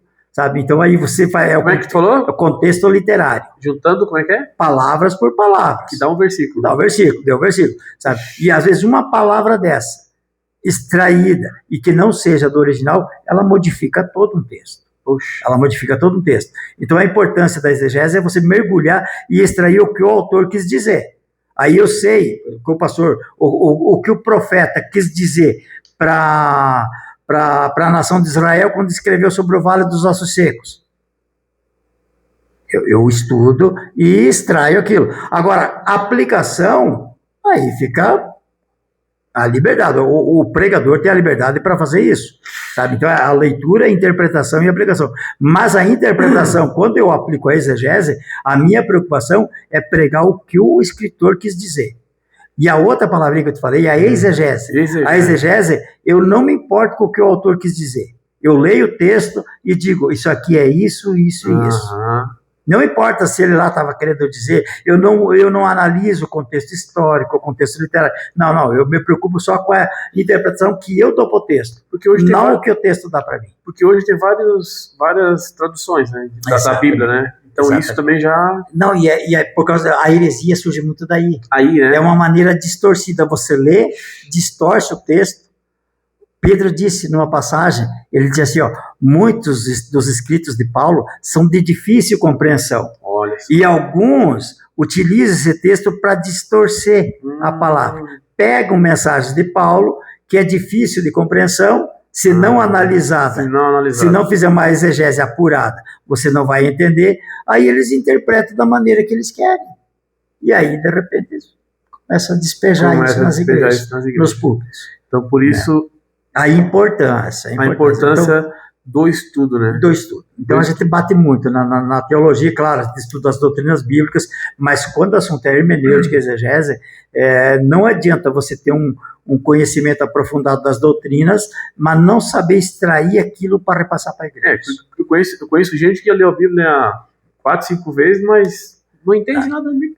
Então é fundamental. Muitas vezes você pede entendimento para Deus para saber. Exatamente. Ali, né? O cliente falou, né? Puxa, dá entendimento dessa palavra. Não, e hoje, como eu falei, a necessidade. Hoje é uma necessidade da igreja ter obreiros preparados. Como eu te falei, por exemplo, vamos falar da hermenêutica. Hermenêutica, nós falamos da hermenêutica bíblica. Mas se você falar a palavra hermenêutica na igreja, o advogado entende, porque tem a hermenêutica jurídica. Mas já hermenêutica é interpretação de texto. Então, como nós estudamos Bíblia, a hermenêutica para nós é interpretação de textos sagrados. O advogado entende como interpretação da lei jurídica. Hermenêutica.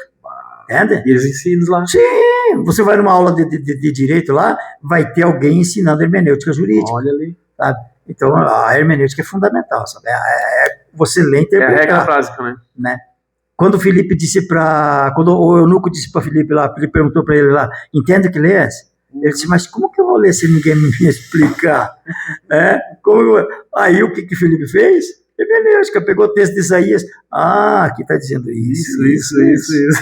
Que tem verbo simpatizado? Interessante, né? Interessante.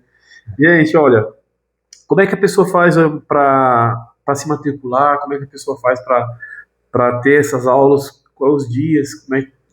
Então, hoje aqui em União da Vitória estamos com a turma do básico na segunda-feira. Segunda-feira, que horas? 19h30. 19h30 horas. Né? Qualquer contato pode procurar, tanto aqui na igreja mesmo, né? Os contatos da igreja, ou no particular. Né? Se precisa, deixa o contato.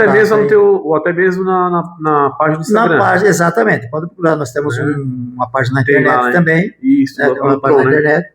Que esses cursos de teologia, a Lutron, na verdade, disponibiliza 9 cursos no total. São 3 na área teológica, básico, médio e o avançado. E aí nós temos capelania, que a gente está para iniciar em breve uma turma aqui de capelania, sabe? Muito bom. As 10 áreas da capelania. Capelania ele entra mais para a área de quê aí? É a área de visitação. Presídios, hospitais. É muito interessante a história da capelania. Tanto que a capelania que ministra sempre é a Jéssica. Porque o mestrado dela, a ênfase do mestrado dela foi feita com base em capelania. Porque na Batista eles atendiam o presídio aqui na época. Então eles visitavam o presídio, faziam culto no presídio, fizeram até batismo no presídio. Hoje tem o irmão Arnaldo que faz essa parte aí na igreja, né? Isso. Presídio e... Então, nós queremos iniciar a turma de capelania aqui, mas ela vai atender todas as áreas. Presídio, hospital, universidade. Porque tem que ter um jeito, né? Militar. Não, eu sou evangélico, eu sou crente, sou um obreiro, mas tem que se comportar como chegar lá, né? É a abordagem que você faz, né? Exatamente. Porque de repente é a maneira que você...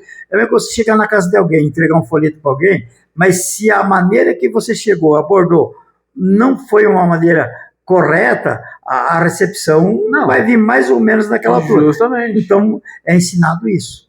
A maneira que você aborda. Por exemplo, tem pessoas que visitam o presídio que, de repente, não são pessoas que podem visitar a universidade.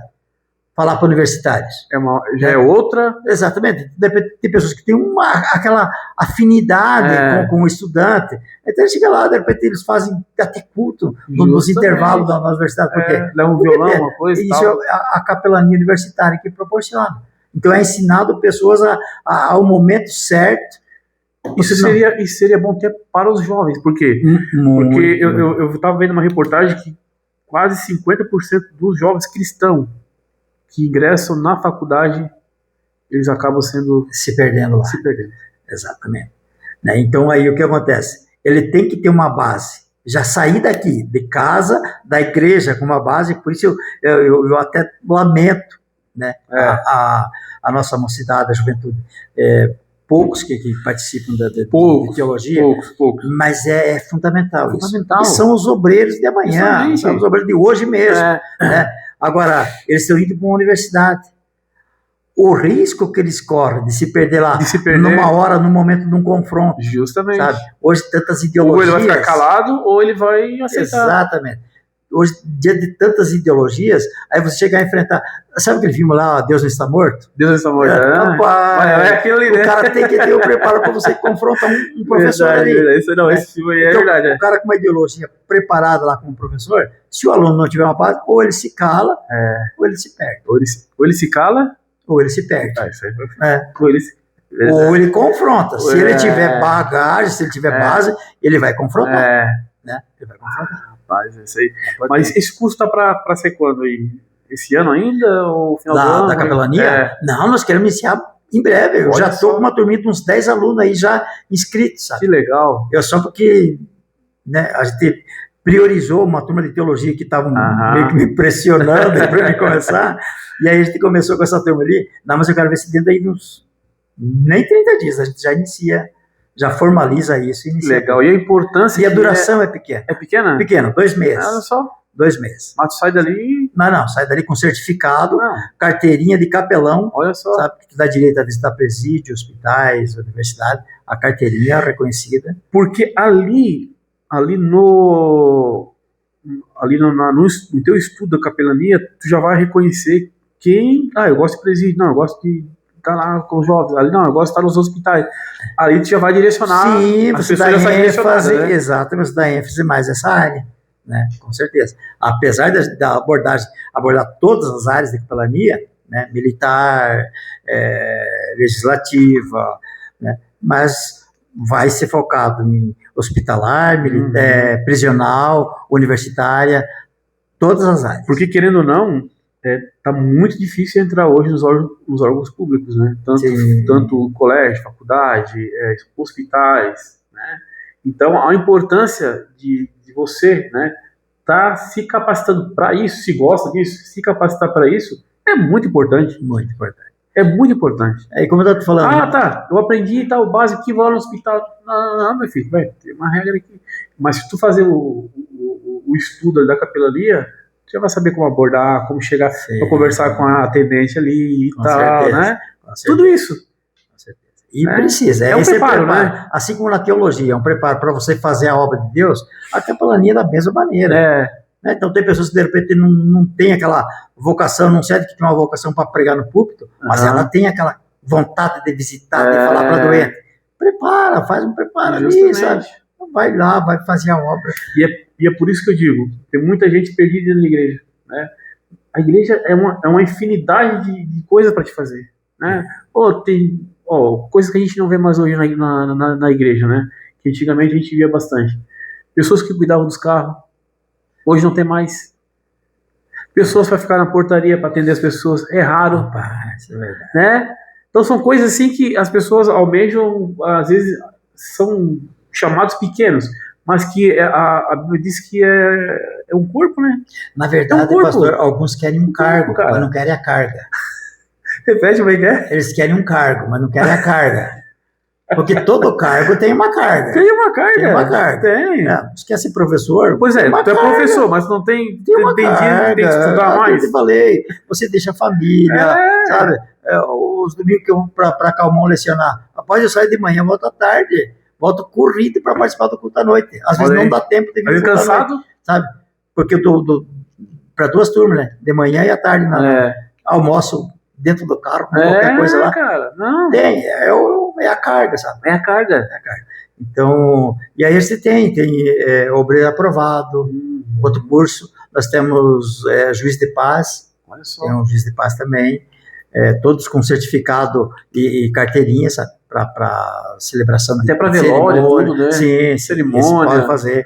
E eles têm gestão e liderança cristã. Me fala o dia certinho que vai ser a vossa capelania. Muito bom. Isso Não, aí- deixa, eu vou te falar. Eu me Eu vou te interessei falar, nisso aí. Sheila. Vou pedir para vocês anunciarem ali na Me igreja. interessei porque isso aí, pra gente que tá na obra, a gente precisa. Nós temos alguns aqui da igreja que já estão. Não, é muito sabe? bom isso aí. E o bom que a gente divulgou para alguns alunos que são de outros ministérios, Aham. e são pastores de outros ministérios que querem fazer. Olha só, Só estão esperando a confirmação do Então. dia para vir. vai ser uma bênção. Muito bom. Vai ser legal. É porque eles também trabalham com essas visitas Então em hospital e presídio. é, Então eles querem um preparo. Eles sentem a necessidade de um preparo maior. que não é mais como antigamente. Porque não né? basta você ter vontade de Antigamente fazer. tu ia lá, falava tal. Hoje não. É. Hoje Porque, pastor, eu entendo assim, ó, na obra não basta você ter vontade de fazer. Você tem que saber para que você está fazendo. pra que você tá Para fazendo? que e para quem. Qual o propósito daquilo? Sabe? Porque quando Jesus disse assim, ó, quem não ajunta, espalha, Que não ajuda espalha. Ou você trabalha por reino, ou você está trabalhando contra o reino. contra o reino.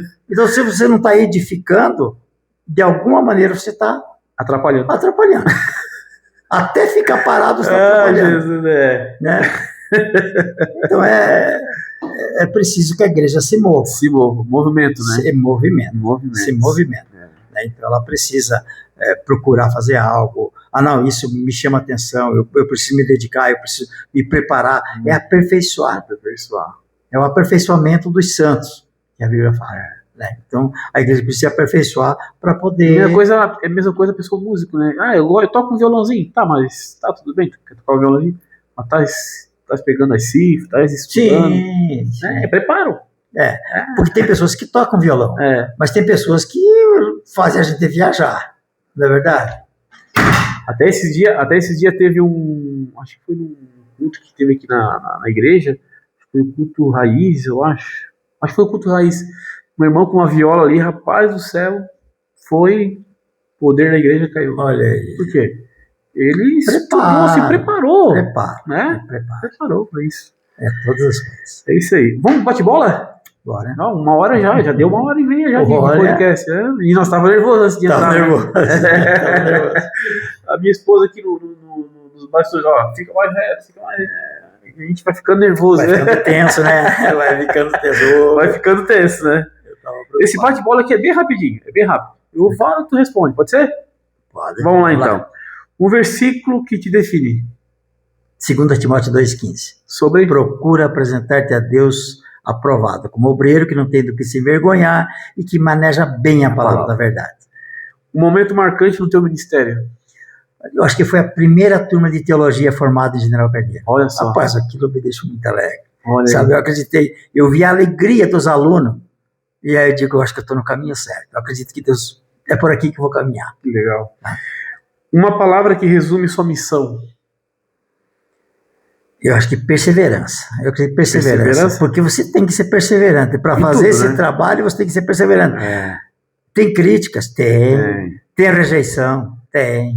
Sabe? Mas tu tá no caminho, você tem que ter. Mas tem você, um pouquinho você de crítica, persevera, né? sabe? Você persevera. Então, Um conselho para os jovens cristãos de hoje. os dias são difíceis. Virão dias mais difíceis. Uhum. Então, se preparem, se cuidem, se guardem, né? E se puderem, façam teologia. É isso aí. Façam teologia. Sabe? São obreiros que daqui a pouco vão enfrentar situações, como falamos, em escola, Uhum. no trabalho. E se não tiver esse conhecimento para passar, Essa cultura, tá? né? Aí é a identidade da igreja. Os jovens são a identidade da igreja. São a força, né? Sabe? Então, assim como os obreiros também são uma identidade. Alguém olhar de repente, se eu me expresso mal, eles vão dizer, e ele é obreiro ainda, ele é professor ainda. Entende? Agora, se o jovem de repente é questionado a respeito de algo, ele não sabe responder, eles vão dizer, mas precisa. Não. Mas é um cuidado que você tem que ter. São dias difíceis, eles que se cuidem, que se guardem, né? Os dias são maus, né? São maus. Um livro além da Bíblia que tu possa estar recomendando. O Valor Oculto de um Homem.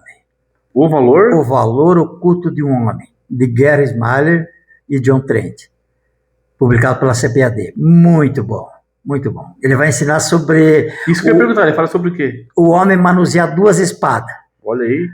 sabe? Valor oculto de um homem. De um homem. Então você, na casa, você tem uma espada de prata. E o ministério teu é uma espada de ouro. E depende do manuseio de cada uma delas, É diferente. é diferente e vai representar o sucesso que você vai ter. Às vezes você pode ser bem sucedido na casa, mas não necessariamente no ministério. Olha aí. Então você vai ser bem sucedido no ministério a partir do teu sucesso dentro de casa. Então se a espada de prata for bem manuseada, vai refletir no manuseio da espada de ouro. Não adianta eu querer pregar para a igreja uma coisa e a casa tá uma bagunça. Exatamente. Oxi. Rapaz, é muito profundo. Muito profundo. Como é que é? A espada de prata, a casa, a família. Que vai refletir. Ela vai refletir de alguma maneira na tua espada de ouro, no teu ministério. Fora da igreja, a minha vivência, a tua espiritualidade, sabe? Então, tipo, o homem que conseguir conciliar isso é um homem sábio. É um homem sábio. E o homem que conseguir manusear as duas espadas. Olha, ele não pode dizer que tem uma habilidade com a espada de ouro se ele não sabe manusear a espada de prata. Muito bom esse livro. Forte aí. Muito bom. Eu já li 2 vezes. Li 2 vezes? 2 vezes, já é muito então, bom. Porque é bom, né? Muito bom. O que é fé para você? Fé, além da explicação bíblica ali, que fé é a prova daquilo que não se vê, né? E a certeza daquilo que se espera. Fé é o que nos move. É a base. É o que nos move. É o que nos move. É isso aí. Né? Por exemplo, a Bíblia diz que vivemos por fé, e não por vista. E é de fé em fé. Então é o que nos move, é a nossa base. Por mais que você programe a tua vida, planeje alguma coisa, mas se Deus não tiver no negócio, não vai. Né? O homem faz vários planos, né? Mas Provérbios 21:31, foi o que eu preguei. O cavalo prepara-se para o dia da batalha, mas a vitória vem do Senhor. Oxi. Então o cavalo preparado para a batalha é eu fazer a minha parte, eu estudo, eu me preparo, eu me qualifico, mas se Deus não me der um respaldo, não adianta nada. Meu Deus, essa foi forte. O que é Deus para você? Tudo. Eu acho que é inconcebível a ideia de qualquer planejamento que você não envolva Deus. Né?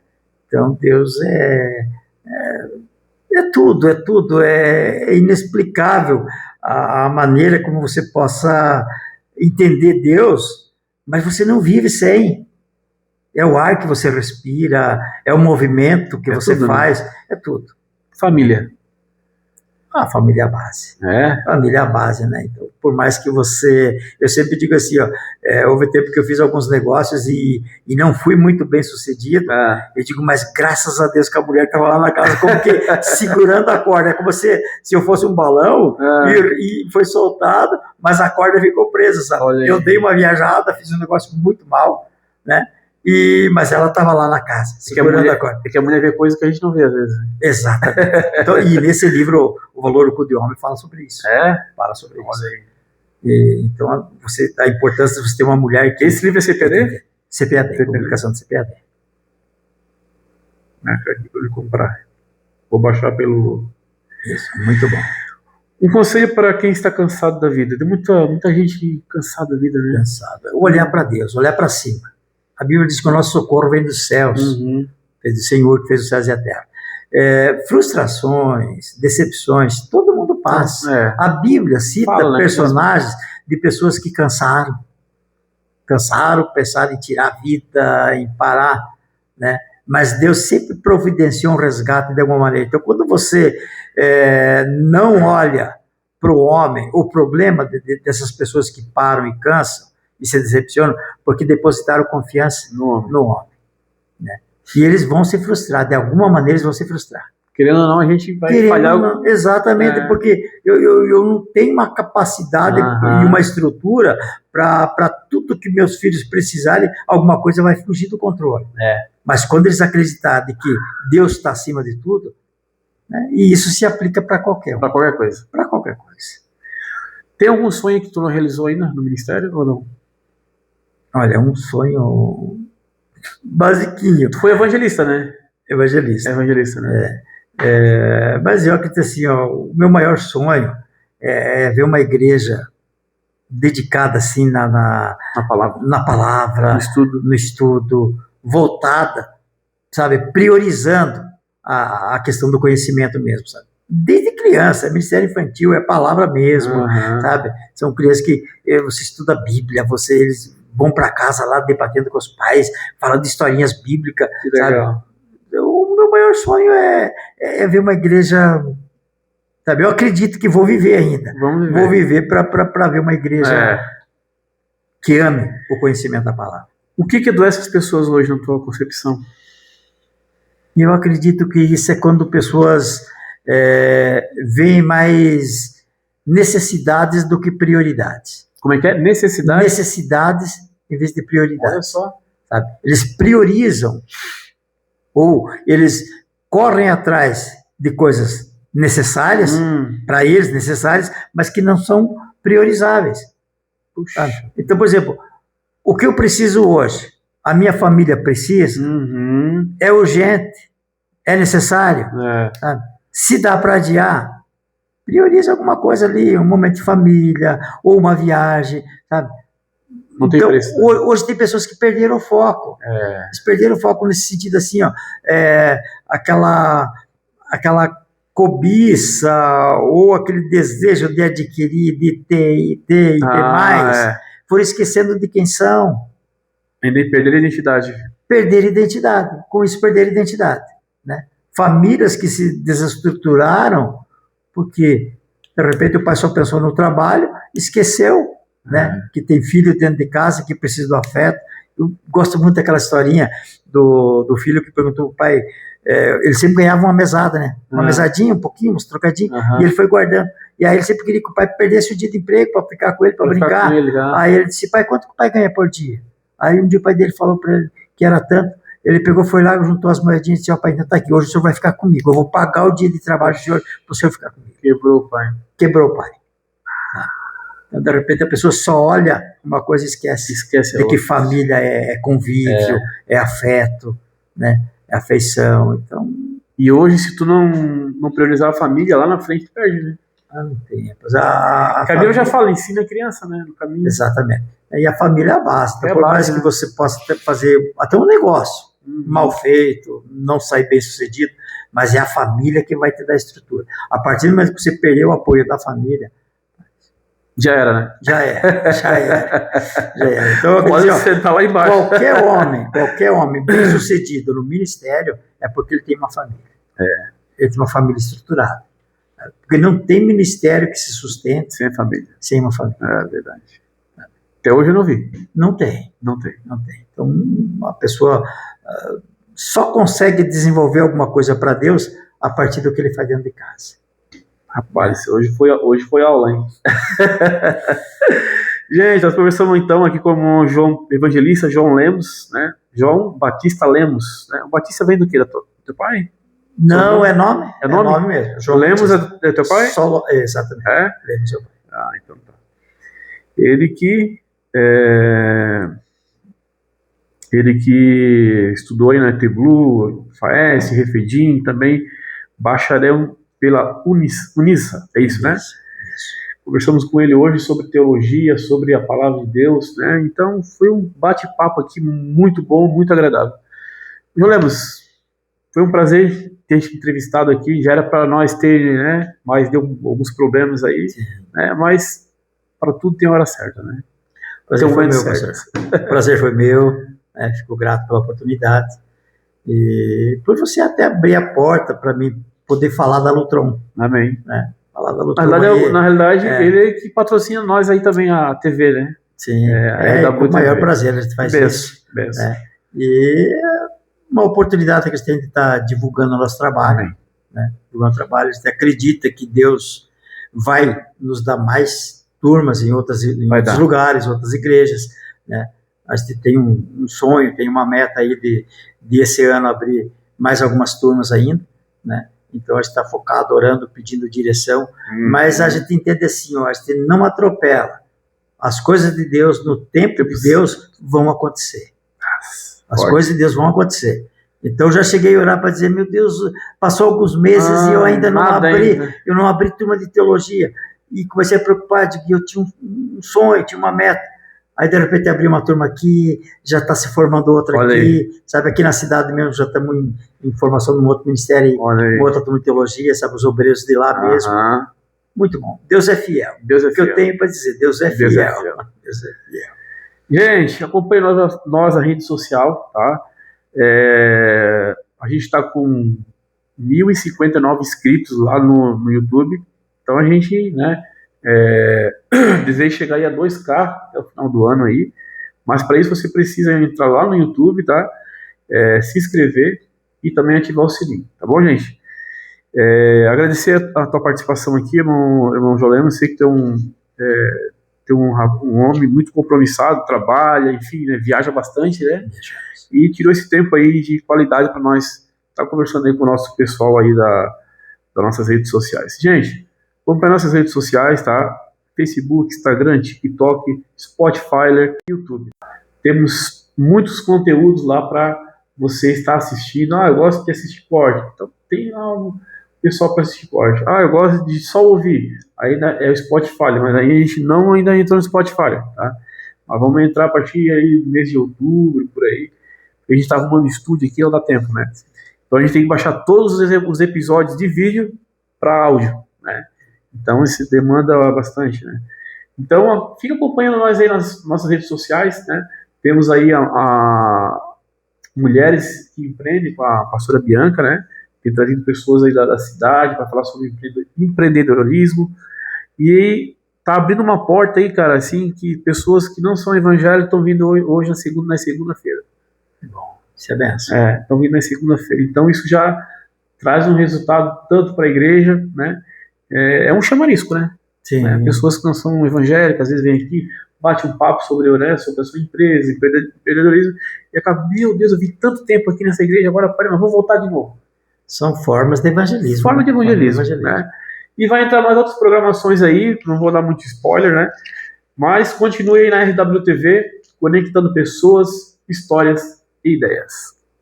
Um abraço, irmão. Um abraço, pastor. Deus abençoe. Amém. Até a próxima, gente. Até.